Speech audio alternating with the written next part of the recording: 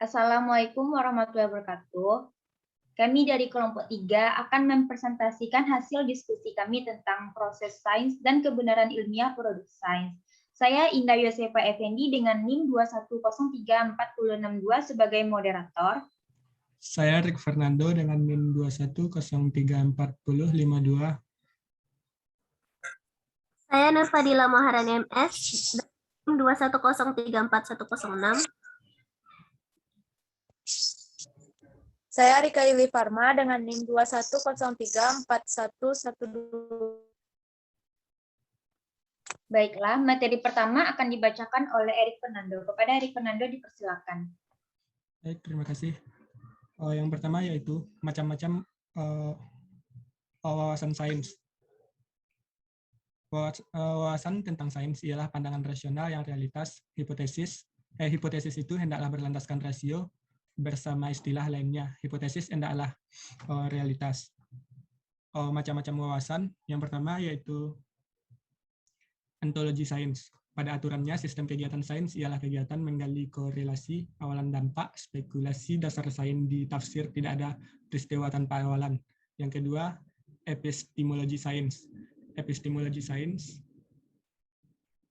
sasaran pengetahuan sains ialah semua sasaran yang realitas, sasaran-sasaran yang bisa diwaspadai. Sang sains berbagai alam, tumbuhan, binatang, dan manusia, dan insiden-insiden di sekitar alam, tumbuhan, binatang, serta manusia.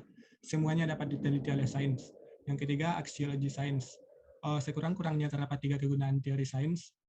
Yang pertama menjadi indera membuat eksplanasi, yang kedua menjadi indera peramal, dan menjadi indera pengontrol. Langkah standar sains pada menuntaskan persoalan. Langkah-langkah sains pada menuntaskan persoalan yaitu identifikasi problem, mengusut teori, mengukuhkan kiprah penggarapan. Lanjut, wawasan filsafah. Yang pertama, ontologi atau menyinggung asas seluruh topik. Yang kedua, epistemologi, sekedar mencakup satu bagian saja. Epistemologi sistem meraih wawasan ideologi sahih menurut seluruh bagian ideologi. Yang ketiga, aksiologi, sekedar meliputi saja bagaimana ideologi, yakni aksiologi yang menyampaikan demi wawasan ideologi. Lanjut, ontologi filsafah. Wawasan filsafah yakni wawasan yang realitas serta bukan realitas. Ketika insan sudah luas menelaah ideologi, insan itu akan mengarifi menggunakan sendiri apa ideologi itu. Sesudah insan berideologi mandiri, barulah mengarifi apa ideologi itu. Makin luas dia berideologi, akan semakin mengarifi dia apa ideologi itu. Lanjut, epistemologi filsafah. Topik yang selalu diriset, ideologi makin matang dari topik riset sains. Sains sekedar menyelidiki topik yang tampak, sementara ideologi menyelidiki topik terdapat dan bisa jadi terlihat. Yang C, aksiologi filsafah. Buat mendapatkan kemaslahatan ideologi, kita mampu mendahului demi memiliki ideologi menjadi 3 perkara. Pertama, ideologi menjadi perpaduan konsep ideologi. Kedua, ideologi selaku prosedur jalan keluar komplikasi. Yang ketiga, ideologi selaku etik atau philosophy of life. Wawasan mistik. Wawasan mistik ialah wawasan yang bukan mampu terlihat jelas proporsinya, berarti interaksi awakan dan akhiran yang kedapatan bukan mampu terlihat jelas proporsinya. Yang kedua, epistemologi wawasan gaib. Wawasan gaib adalah wawasan yang diraih bukan mengurangi alat dan bukan mengurangi proporsinya. Wawasan ini diraih melintasi rasa, melintasi hati bagi indera perasa. Jikalau indera secara proporsinya berarti indera menangkap yang peruntungan insan, hingga rasa atau hati ialah alat menangkap. Yang C, aksiologi wawasan gaib. Wawasan misteri itu satu pandangan yang sekaligus mengarifi profit, menggambarkan junjungannya. macam-macam sains. Yang pertama yaitu proses sains. Lembaran observasi adalah pedoman atau panduan observasi dalam mengadakan pengamatan serta pengumpulan data terhadap jalannya aktivitas penelitian. Lembar observasi merupakan instrumen yang digunakan buat melihat kesesuaian antara perencanaan serta aplikasi pembelajaran. Indikator penilaiannya: 1. Memanfaatkan besarnya bisa jadi alat. 2. Mengarahkan alias memanfaatkan kesaksian yang berarti. Yang kedua, proses sains hipotesis. Indikator penilaiannya: 1. Mendapati bahwa ada makin berasal satu probabilitas satu peristiwa. Yang kedua, menangkap bahwa topik penggambaran mesti tentamen kesahihannya dalam meraih kesaksian lebih poli alias menggarap sistem jalan keluar komplikasi. Yang ketiga, proses sains prediksi, yakni mengestimasi perkara sesuai insiden lebih dahulu beserta prinsip yang sahih. Estimasi dikhususkan menjadi dua bagian, yaitu estimasi intrapolasi, yang kedua estimasi ekstrapolasi. Indikator penilaiannya: 1. Memakai paradigma produk peninjauan. Yang kedua, merujukkan apa yang bisa jadi sahih di perihal yang belum terkemuka. Yang keempat adalah proses sains penelitian. Proses penelitian ialah sebuah prosedur yang dilaksanakan oleh konstituensi buat menginsafi topik yang akan disiasati sehingga diperoleh jalan keluar yang tepat terhadap komplikasi tadi. Yang kelima, proses sains kesimpulan. Konklusi ialah topik pengajuan perihal alias perkara yang lama. Diutarakan, disajikan secara berfase, kurang lebih modal asal kesekian luasnya, pengkhususan sektor sains terkhusus IPA, yakni biologi, kimia, fisika, dan ilmu bumi. Lanjut, kebenaran sains. Terima kasih kepada Erik Fernando. Materi selanjutnya akan dibacakan oleh Nur Fadilah. Kepada Nur Fadilah, dipersilakan. Sebelumnya saya berterima kasih kepada moderator yang telah memberikan saya kesempatan. Kebenaran sains. Manusia menjadi makhluk yang berakal, selalu berupaya buat terus menggali ilmunya sedalam mungkin. Pada kasus ini, pengetahuan merupakan hal yang wajib dimiliki setiap manusia. Yang pertama, pengertian kebenaran ilmiah. Kebenaran merupakan kecocokan antara pengetahuan serta objek biasa yang dapat diartikan sebagai suatu perbuatan atau pendapat orang lain dengan kita, serta tidak merugikan diri kita sendiri. Kebenaran juga bisa dapat diartikan sebagai kualitas pengetahuan. Artinya bahwa setiap pengetahuan yang dimiliki oleh seseorang yang mengetahui suatu objek yang diteliti asal jenis pengetahuan yang dibangun. Kebenaran juga mampu dikaitkan menggunakan sifat atau ciri dari bagaimana cara dan dengan alat apakah seseorang membentuk pengetahuan tersebut.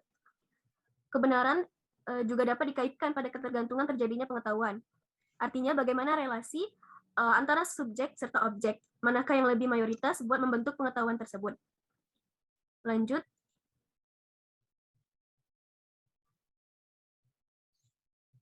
Teori-teori kebenaran. 1. Teori korespondensi.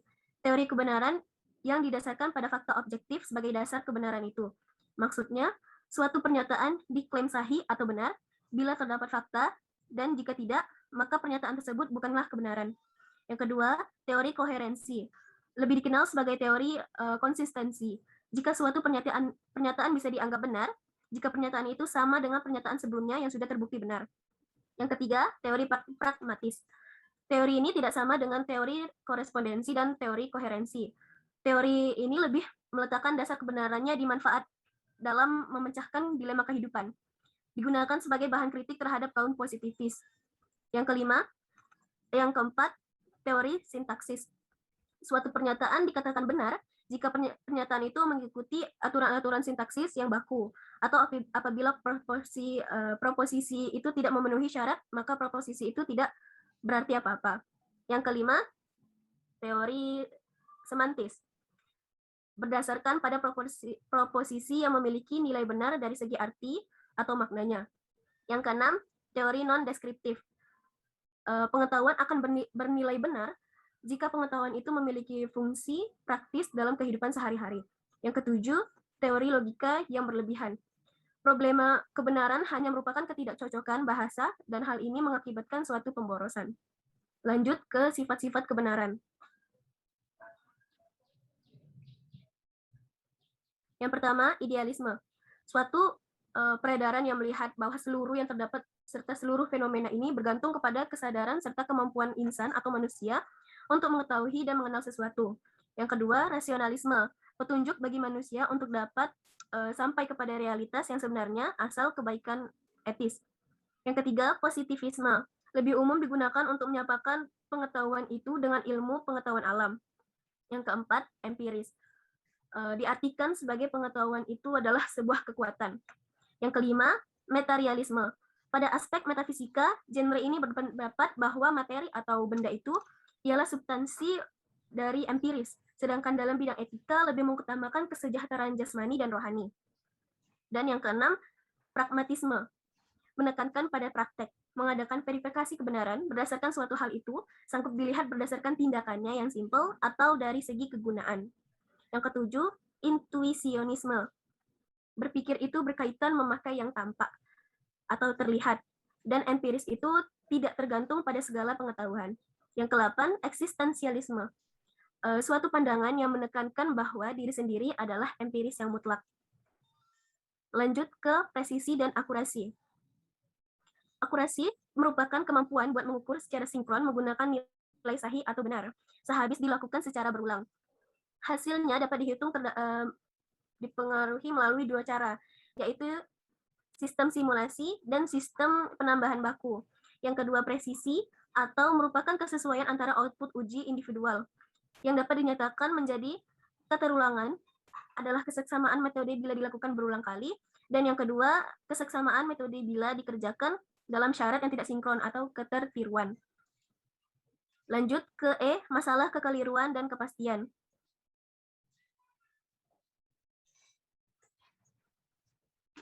Masalah kepastian kebenaran ilmiah. Ilmu pengetahuan pasti ada kekeliruan, dan kita tidak boleh mengabsolutkan kesalahan sebuah ilmu pengetahuan. Yang kedua, kekeliruan. Kekeliruan dan kesalahan adalah dua hal yang berbeda. Faktor-faktor kesalahan antara lain, satu, ketidaksempurnaan nalar budi kita. Yang kedua, hawa nafsu insan. Yang ketiga, pengaruh tata cara kebiasaan.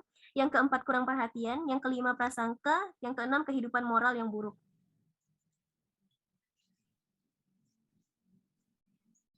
Cara menghindari kesalahan dalam pengetahuan. Yang pertama, kerjasama yang baik antara intelek dan kehendak yang dapat dihindar dari kekeliruan. Tindakan kognitif objek penahu dan kesalahan dapat berdasarkan tindakan kognitif tadi. Yang kedua, sadar akan kesalahan yang telah dibuat. Menyadari kesalahan adalah langkah yang sempurna buat menuju kebenaran. Terima kasih. Saya kembalikan kepada moderator.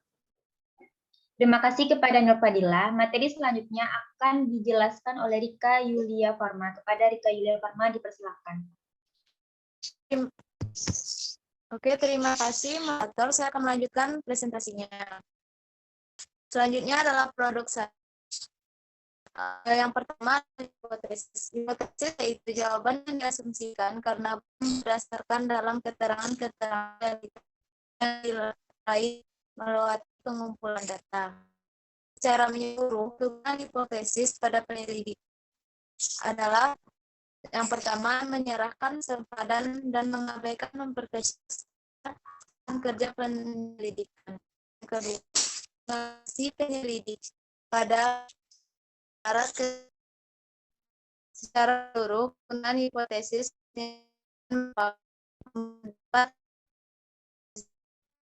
secara menyeluruh kegunaan hipotesis adalah yang pertama, menyerahkan sempadan dan mengabaikan skala yang kecil.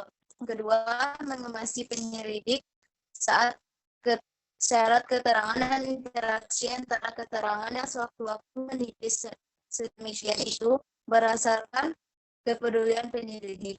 Yang kedua, suatu indera yang alamiah dan meneliti keterangan yang terpisah tanpa syarat ketentuan. Selanjutnya adalah teori.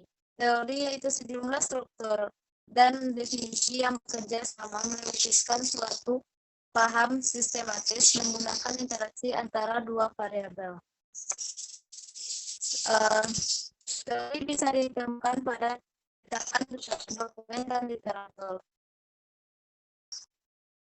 Selanjutnya adalah hukum ilmiah. Hukum ilmiah yaitu suatu norma yang syarat akan nilai dan karenanya ilmu hukum tidak digolongkan kepada ilmu sosial.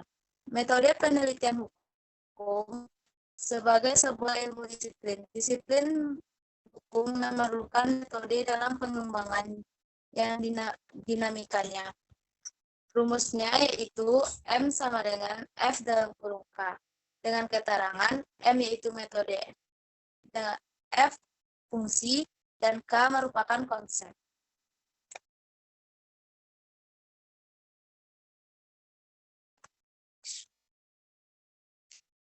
Selanjutnya, teori-teori kebenaran.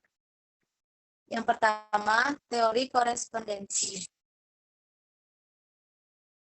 Kesalahan bila terdapat teori korespondensi merupakan kesahihan bila terdapat kesesuaian antara keadaan sahih itu bila terdapat keselarasan.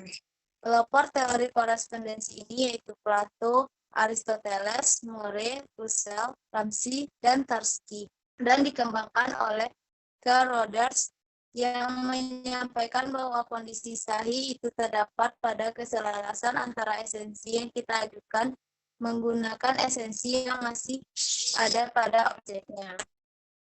Selanjutnya yaitu teori koherensi.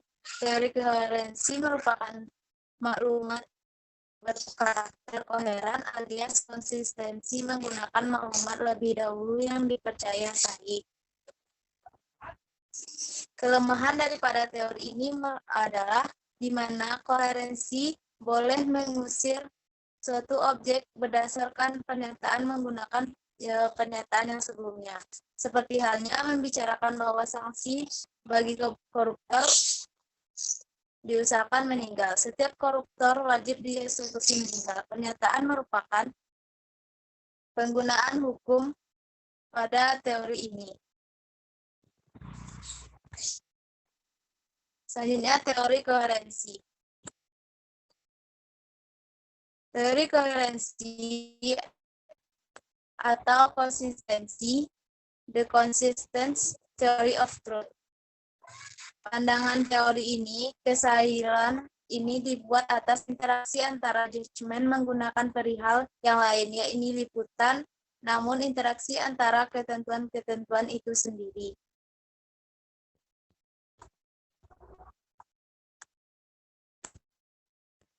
Selanjutnya, teori pragmatis. Menurut J. Suryasmantri, bahwa kebenaran pragmatis merupakan suatu pernyataan sahih apabila itu atau konsekuen berdasarkan pernyataan ini memiliki kegunaan simpel pada kehidupan insan. Teori pragmatis berdasarkan bahasa Yunani pragma, yang berarti kerjakan, yang dilaksanakan, kiprah, langkah, label bagi ideologi yang dikembangkan Sang William James pada Amerika Serikat. Pandangan ideologi sahih setidaknya memiliki manfaat. Topik yang dipercaya sahih ketika mewujudkan dan memanfaatkan akan dilabelkan ketika menunjukkan perwujudan dari manfaat. Selanjutnya, terima kasih kepada Rika.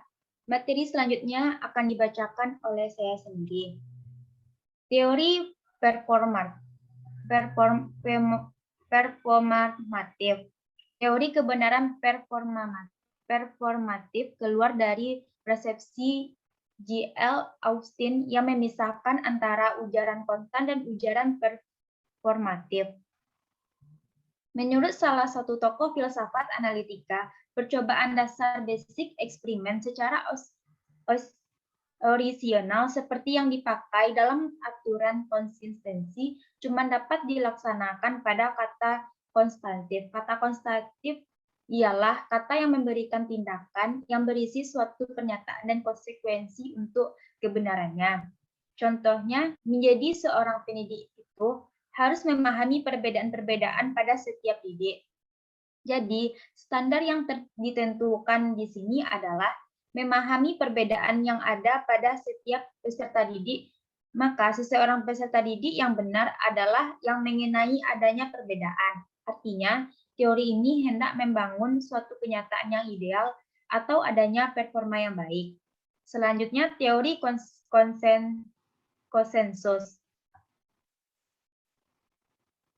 Teori kebenaran konsensus pada pertama terdapat dari pemikiran Thomas Kuhn, seorang ahli sejarah pengetahuan.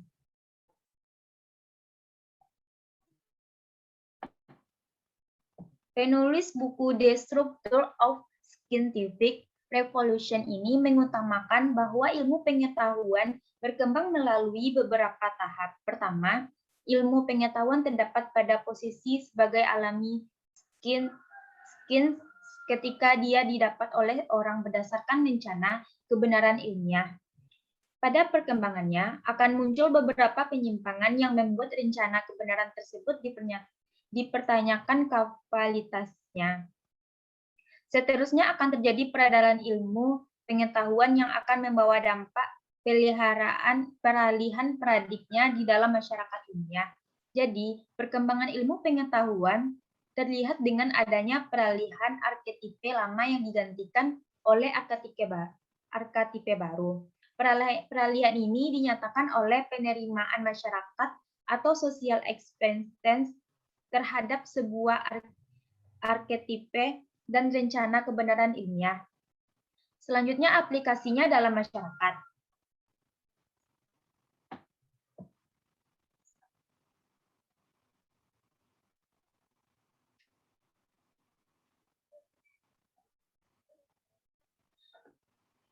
Berbagai teori kebenaran yang telah diuraikan sebelumnya sekali lagi menentukan heterogenitas kebenaran dalam filsafat. Dengan adanya sebagai umum kebenaran sewajarnya membuat orang tidak lama melihat dasar kebenaran sebuah pernyataan dalam antidesis biner putih-hitam, benar-salah. Ada kemungkinan bahwa kebenaran dalam sebuah pernyataan bersifat gradatif.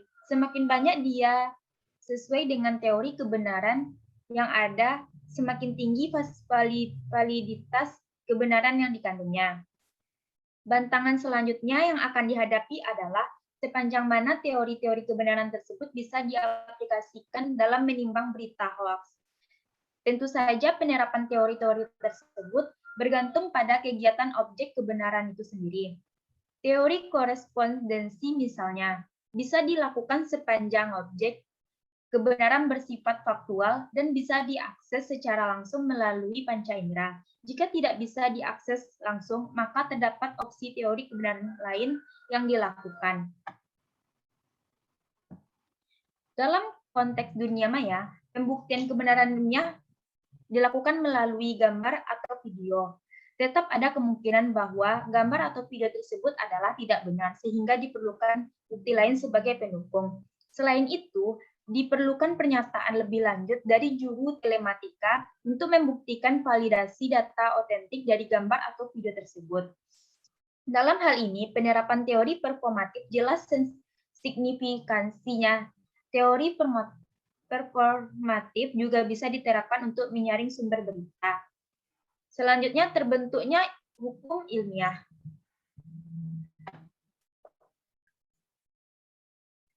Hukum alam terdapat gambaran umum tentang bagaimana pola konsisten alam dan bagaimana gerak pada hal itu. Hukum alam terdapat gambaran umum. Manusia memahami bahwa hukum alam terbentuk dalam rencana pencarian konsistensi di alam. Tingkatan yang paling tinggi dalam pencarian pengetahuan adalah prinsip sebab akibat. Prinsip sebab akibat muncul dengan menyangkutkan dugaan dan analisis mendalam sehingga sampai ke rumusan hukum. Selanjutnya, sifat-sifat hukum alam.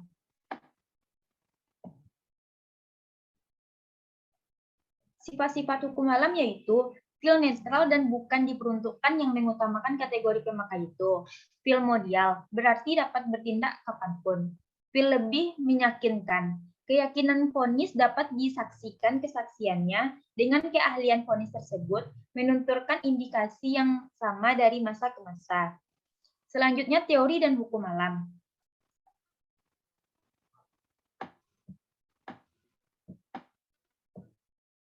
Yang pertama, hukum dan prediksi ilmiah. Hukum yang telah diterangkan perlu digunakan untuk memperkirakan gejala alam yang termasuk ke dalam hukum tersebut. Fungsi hukum dalam dunia sains adalah untuk memperkirakan gejala yang akan terjadi setelah sistem diberi perlakuan tertentu. Contohnya, dalam meramalkan cuaca dan iklim digunakan parameter-parameter dalam ilmu meteorologi. Dengan demikian, manusia dapat mengantisipasi gejala alam yang dapat merugikan kehidupan manusia sendiri. Fungsi lainnya, manusia juga merancang dan menciptakan gejala alam baru. Misalnya, ilmuwan menggunakan hukum ilmu alam untuk menciptakan teknologi, sedangkan pabrik televisi dalam membuat pesawat televisi atau monitor televisi yang menggunakan prinsip hukum fisika secara mendalam. Selanjutnya, dari ketidakteraturan menjadi hukum. Hukum adalah hasil percampuran yang sudah direncanakan yang berawal dari suatu pengamatan pada objek. Ciri hukum yang sudah dinyatakan adalah hukum tersebut digunakan untuk mengantisipasi tanda-tanda yang akan muncul dan dapat dijadikan sebagai hukum alam. Sekian dari saya.